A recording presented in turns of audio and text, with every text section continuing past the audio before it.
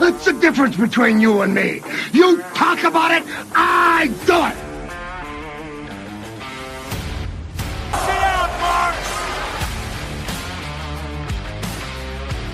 Let me talk to you.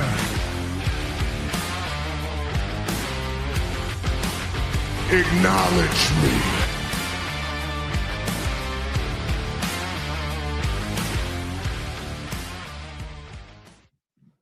Hey, what's going on, everybody? Welcome. Come on in, sit down. It's time for another DB's Territory Treasures, part of the Sit Down Mars podcast. I am DB, the Dirty Bird. Thank you guys so much for tuning in. Happy summer, man. I hope you're enjoying the sunshine. I hope you're heading to the beach. I hope you're listening to me right now from some tropical destination, just getting away from life and enjoying what we love the most about summertime, man. So thank you guys so much for tuning in. I appreciate it.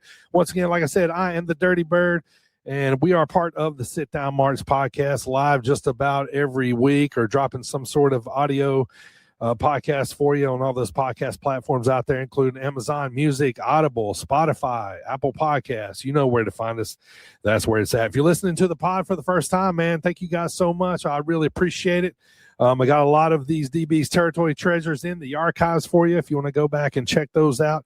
The last one that dropped was one about Magnum TA. I'm going to be talking about one of Magnum's, well, not one of Magnum's, one I think was the number one counterpart to Magnum TA coming up here. So thank you guys for tuning in today, man. Let's jump into it. So today's DB's Territory Treasures features a mean, aggressive heel from the 1980s Jim Crockett Promotions. He was the Russian Nightmare, Nikita Koloff. Now, man, like, what can I say about Nikita? Scary dude, right? I mean, they brought him in, billed as the nephew of Ivan Koloff in the territory of Jim Crockett Promotions. Now, this guy was solid. He was tough as hell. His shoulders looked like a linebacker. He would just take you out, at any point, and just scary, just scary looking, right? Like Russian Nightmare, not American Nightmare. That name might have came from the Russian Nightmare, but Russian Nightmare from Russia. Now, back in the 80s, a lot of things was going on between countries, and we were beefing a little bit with some other countries. So, so this made, these characters and stuff that the Koloffs played, just that much more interesting. But the Russian Nightmare, man, what made him, so crazy? What made him so mean looking? What made him so intimidating? Well, that Russian sickle would knock your head off. I mean, it's the hardest clothesline. It's right up there with JBL's. That thing would just take your head off, man. Absolutely would take your head off. But it might have been the singlet, that he wore, the headbands, the chains, man, around his neck was always intimidating. They would fly those around. They were just a scary, scary bunch, and the Koloffs were the Russians, but maybe the scariest thing about Nikita was, maybe his accent. I can still this day hear him say Manatier, Manatier, Manatier, when they talk about it. Like, you couldn't always understand him, you know what I mean? But he definitely pulled it off here. So let's hear exactly what I'm talking about here. People like Nikita Koloff. What they feel like when you hit your opponent with a Russian sickle. You know what they feel like. I take a word from this great Arnold Schwarzenegger. In the battle they're coming. That's what they make Nikita Koloff feel like. Battle they're coming. Paruski Zabataha.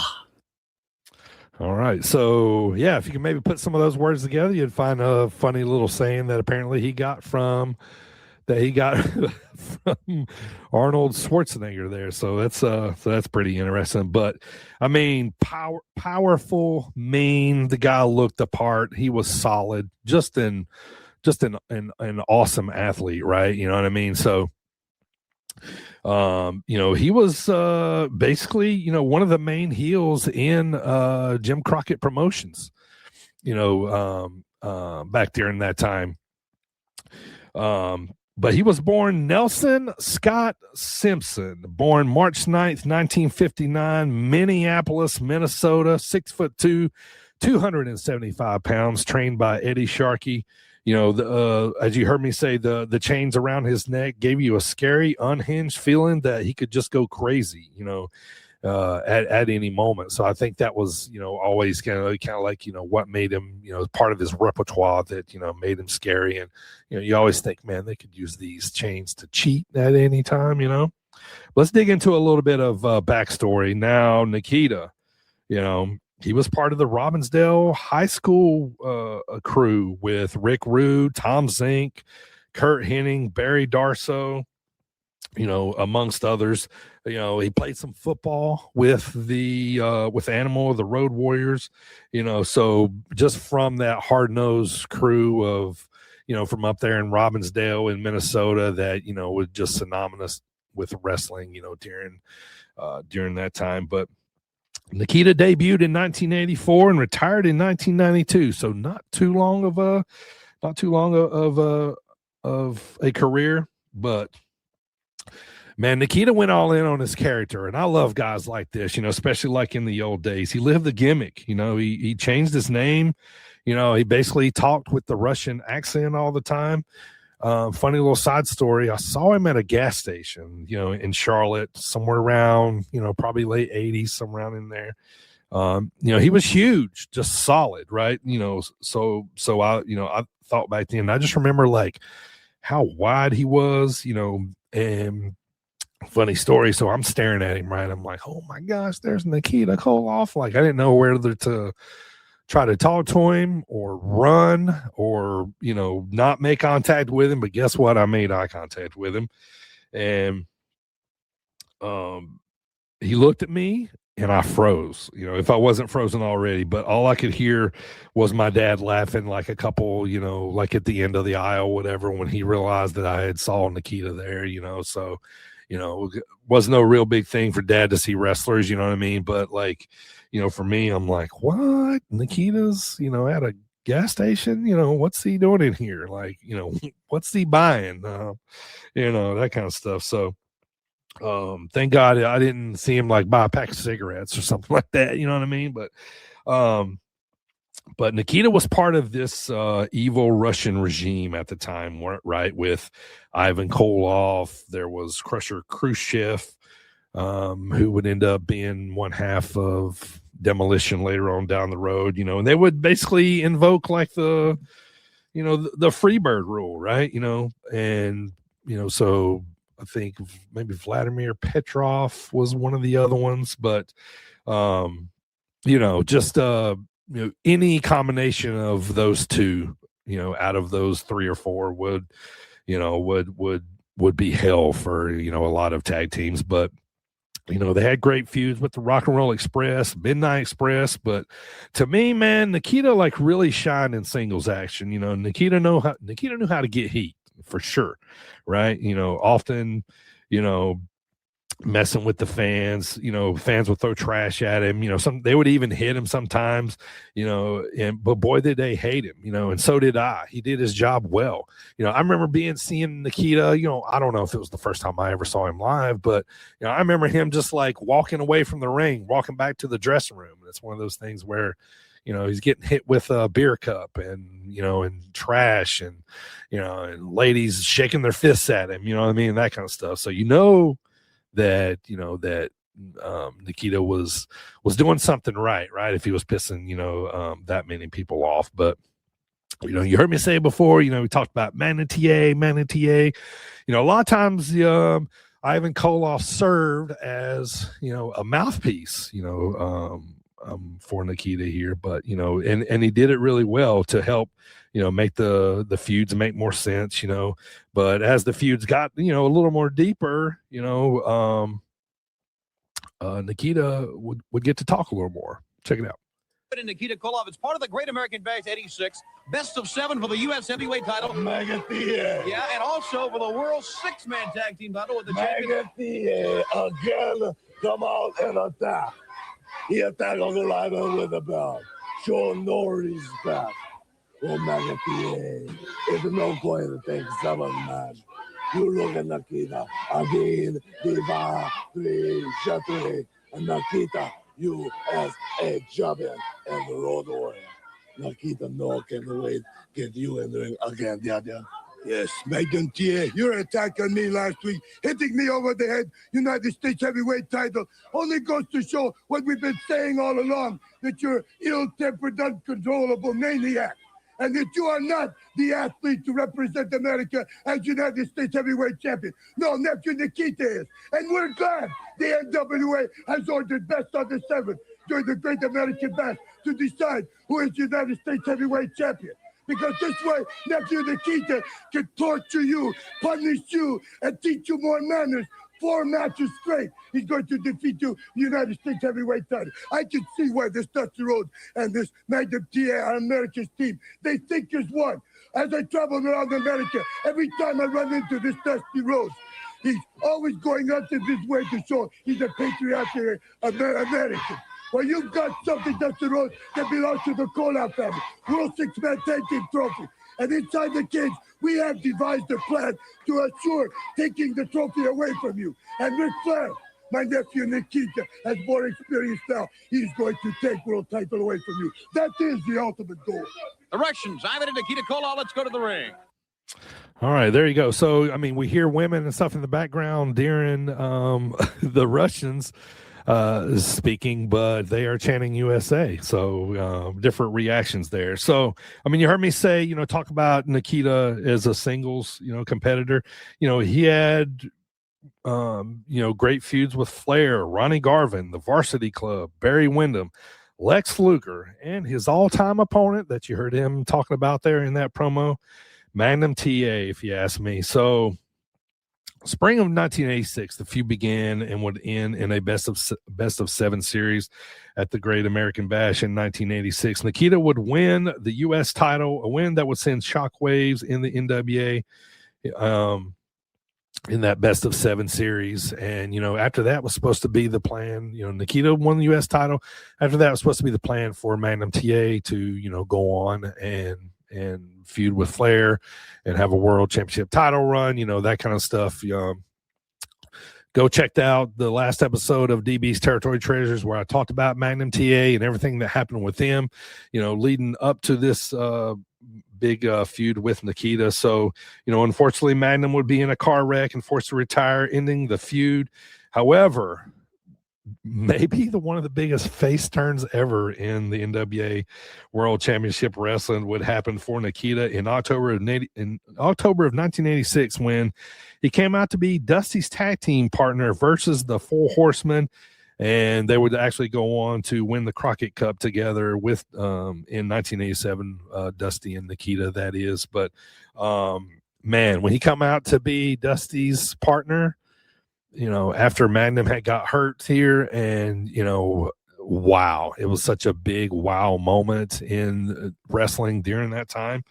And, it was pretty cool, to nobody even consider thinking about Nikita as a babyface, until this, come out. But, people still didn't trust Nikita for quite a while, you know what I mean? So, but, that's all part of wrestling, man. That's why we love it so much. But, so Nikita would challenge Flair for the world title, but would never become champion, because, hey, the Horsemen ruled the world back then, right? So, but he did win the TV title in NWA, the U.S. Title, and, of course, a couple of times the 6-man titles, was a big thing back then and big for, factions like the Russians.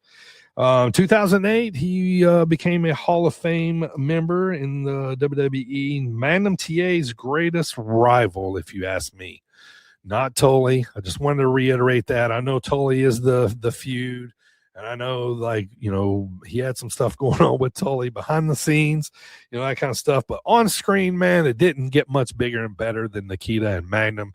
USA versus Russia in a time when, we were, the world was a little unsettling maybe at the time, you know what I mean? So we didn't exactly know what happened, but wrestling got us through it. Nikita, I'll always remember too, is part of one of the original War Games, but probably Starrcade 86 versus Flair was my favorite Nikita match. Really good stuff there. Love the storytelling, just all kind of good stuff, man. Nikita retired in 1992. His last match was against Big Van Vader. Last time I heard, checked, written up on Nikita, he was a minister now. He can marry you. I've seen him or heard that he's married a few people, even some wrestling couples online. And, we've seen that. So awesome to see him doing that. He's written some books. He does a lot of stuff for the community outside of wrestling. And I think the last time I actually physically saw him was probably at Sting's last match in AEW. But for me, man, Nikita versus Magnum is right there in my childhood for feuds that got me hooked on wrestling. Right there with Pistol Pez Wally and Boogie Woogie Man, Dusty and Rick. Nikita and Magnum will forever feud in my head, man. Like it just, we had so much left there, man. So much, right? But a few good things to look up on Nikita Koloff if you're not super familiar with him. Google Magnum TA Nikita Koloff contract signing. This is a good depiction of where wrestling was in the 80s. Nikita, it was a, sit down, sign the papers, right? Bob Geigel sitting at the end of the table. Nikita and Ivan on one side, Magnum TA and his mom. Yes, I said that right. Magnum TA and his mom are there for the signing, and it goes as about as good as you figured it would go. So go check that one out. That's funny. 3 Nikita Koloff matches to seek out. You heard me talk about versus Ric Flair, Starrcade 86. Go watch the 1991 Great American Bash Russian Chain match versus Sting. That one was awesome. For me, probably the Magnum TA best of 7. Go watch the 7th match.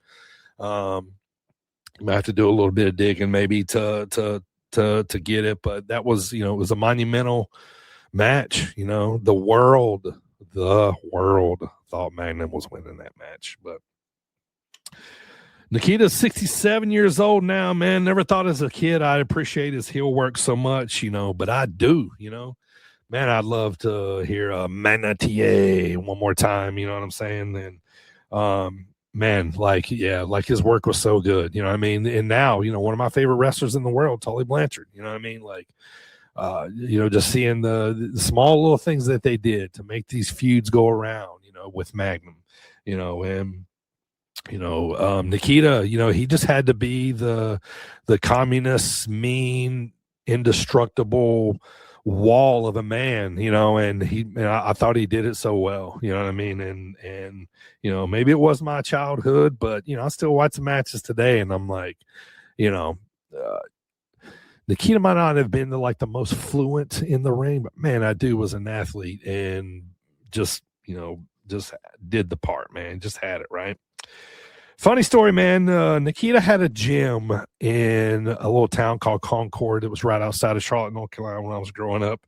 And I always remember the name of it, man. It was called Nikita's Fortress of Fitness. Nikita's Fortress of Fitness. Now, it sounds like a rock climbing place or something now, right? Like, you know what I mean? But I always remember that. Weird name, huh? But I don't know whatever happened to it, if it ended up making it. I know a lot of guys back in those days invested in gyms and, that kind of stuff. But let's talk about my connection here before we go home, man.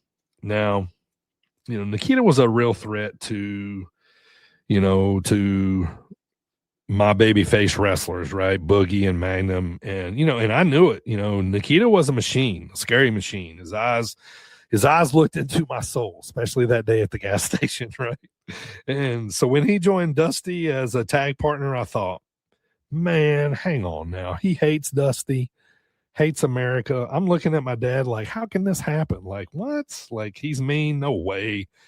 Like, he can't be Dusty's partner. No way. Like, Dusty can't trust him, and I didn't trust him for a long time either. And, but I look back now and I'm like, I was like, it blurred the lines of my childhood wrestling fandom, with such a mean heel guy turning face, right? You know what I mean?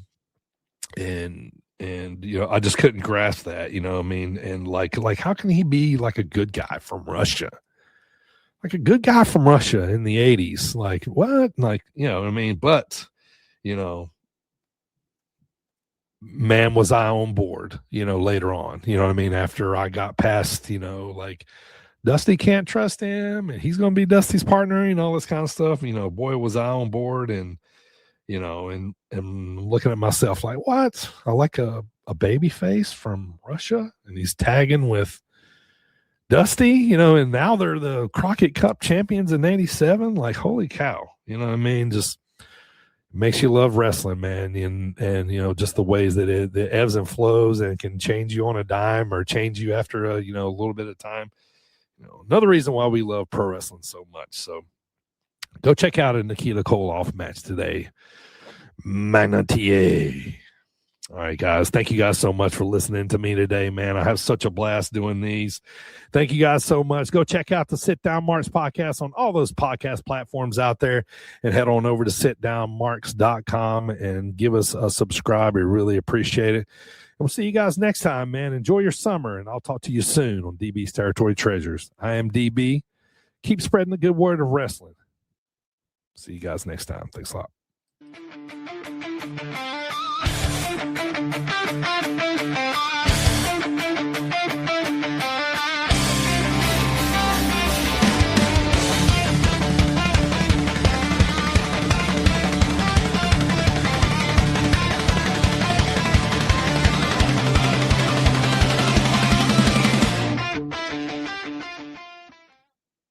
Manatier.